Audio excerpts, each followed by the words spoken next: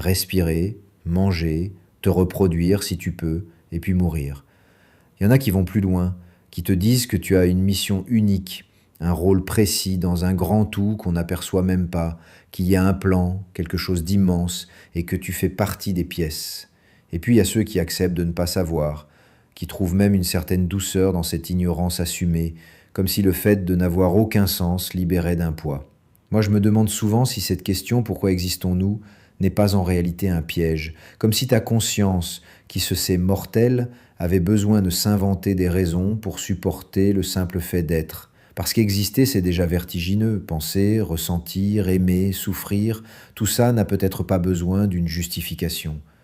Peut-être que c'est ton esprit qui exige des réponses, parce qu'il ne supporte pas l'idée qu'il n'y ait pas de cause, pas de finalité. Ça le rend nerveux, ça l'oblige à combler les vides avec des croyances, des projets, des espoirs. Regarde un peu autour de toi. Tout ce qui vit suit son cours. Les arbres poussent, ploient sous le vent, perdent leurs feuilles, puis recommencent.